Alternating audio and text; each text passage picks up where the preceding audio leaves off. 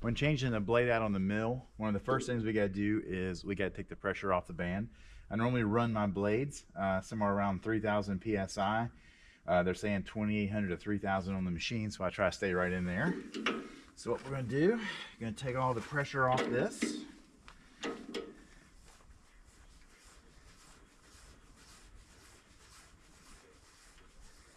What that does, it allows the flywheels to kind of collapse in on each other, and it takes the tension off the blade. So now we'll go around to the front of the machine and get the panels off this thing.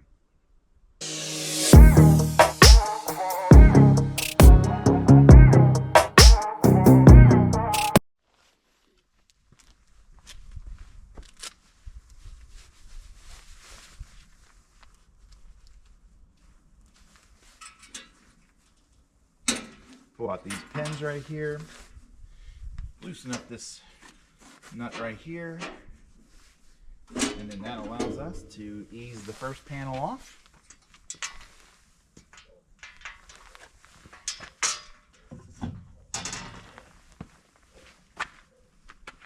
Come in here, loosen up this right here, so we can pull this right here down to get access to it.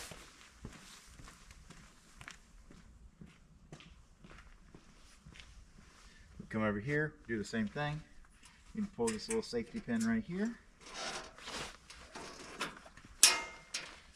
Loosen this right here up.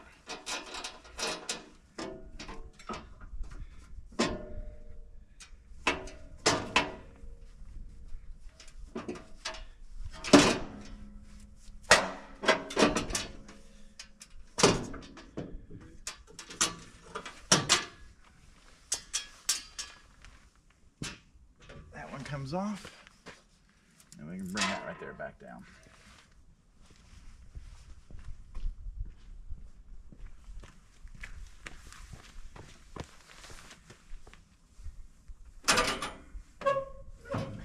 I manually push that flywheel in. I think that right there really helps. And then I just take the blade off here.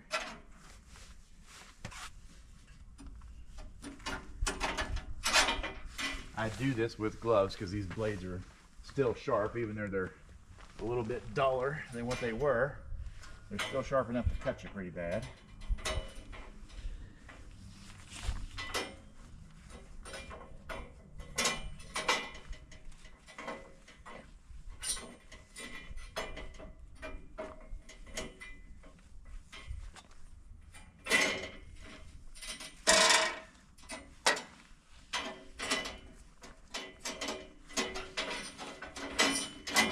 Pull that up out of there, pinch the blade together. That way you can control it a little bit better.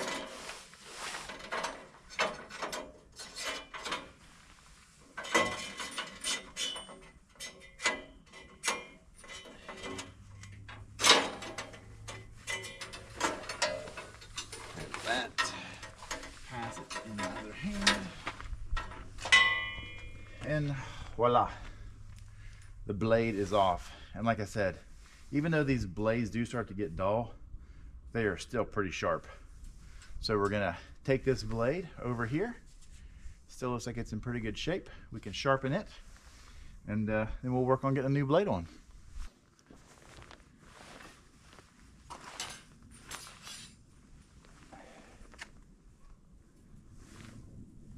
All right, new blade. It's important that we make sure that we get the teeth on here to where the blade spins in this pattern here, so the blade's passing through the wood.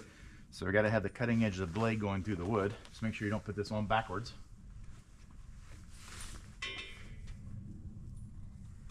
Slide that out in there. There it goes. And this one's going to go in here.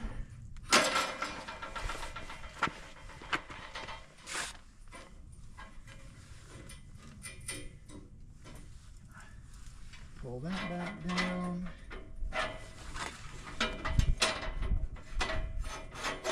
Slide the blade in there.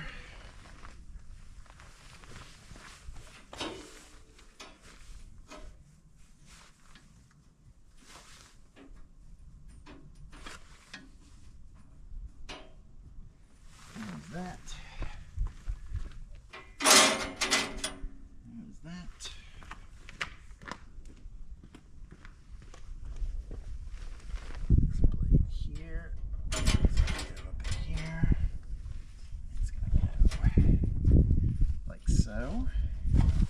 So when I put my blades on here, I try to put the back of the blade even with the back of the wheel.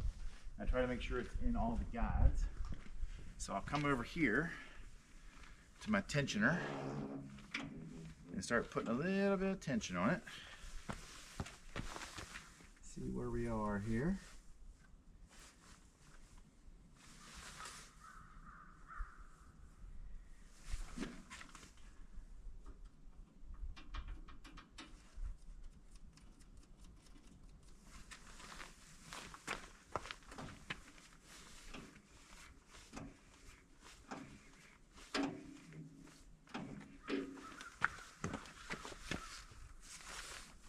Same principle, and I definitely don't want to be in a hurry when I'm doing this.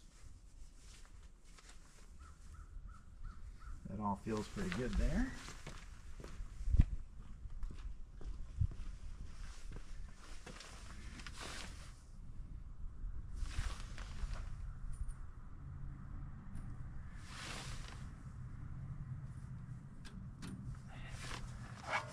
Same on that side there.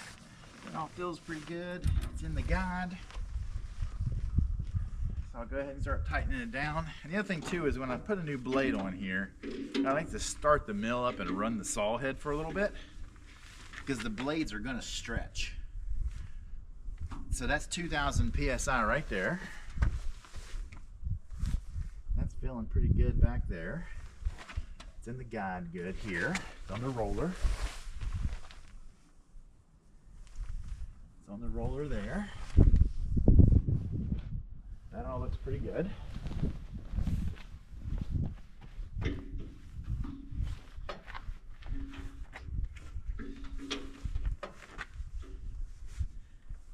So that's 3,000 PSI right there. And that's about where we're supposed to run the blades. That feels pretty good. I'll double check everything, make sure the teeth are oriented correctly. Make sure it's on the guides. That's there. That all looks pretty good.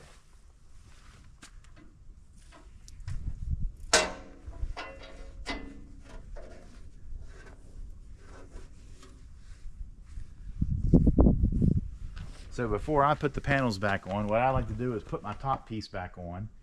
And I like to go ahead and start the mill up and then run the power head for a few minutes. Make sure everything's lined up good, but I'm behind the machine, so it's okay. But just to make sure everything's okay, and then I'll retension it a little bit, run it a little bit again, retension it, and then after I make my first pass on my first log, it usually has to be tightened up again. But so far, that's changing the blade on a Wood-Mizer, and this is an LT50 wide.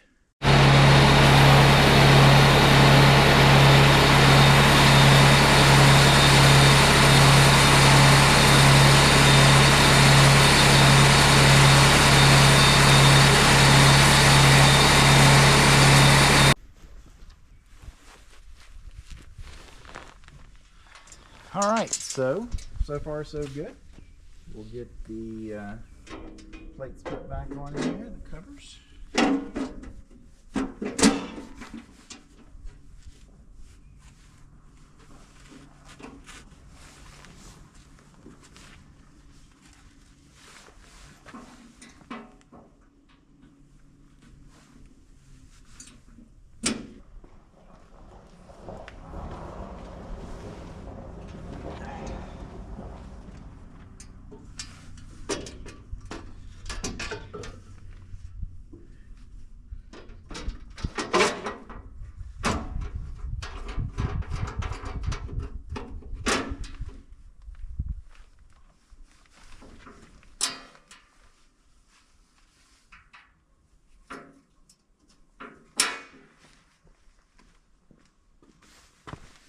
All right, and that's basic blade change 101.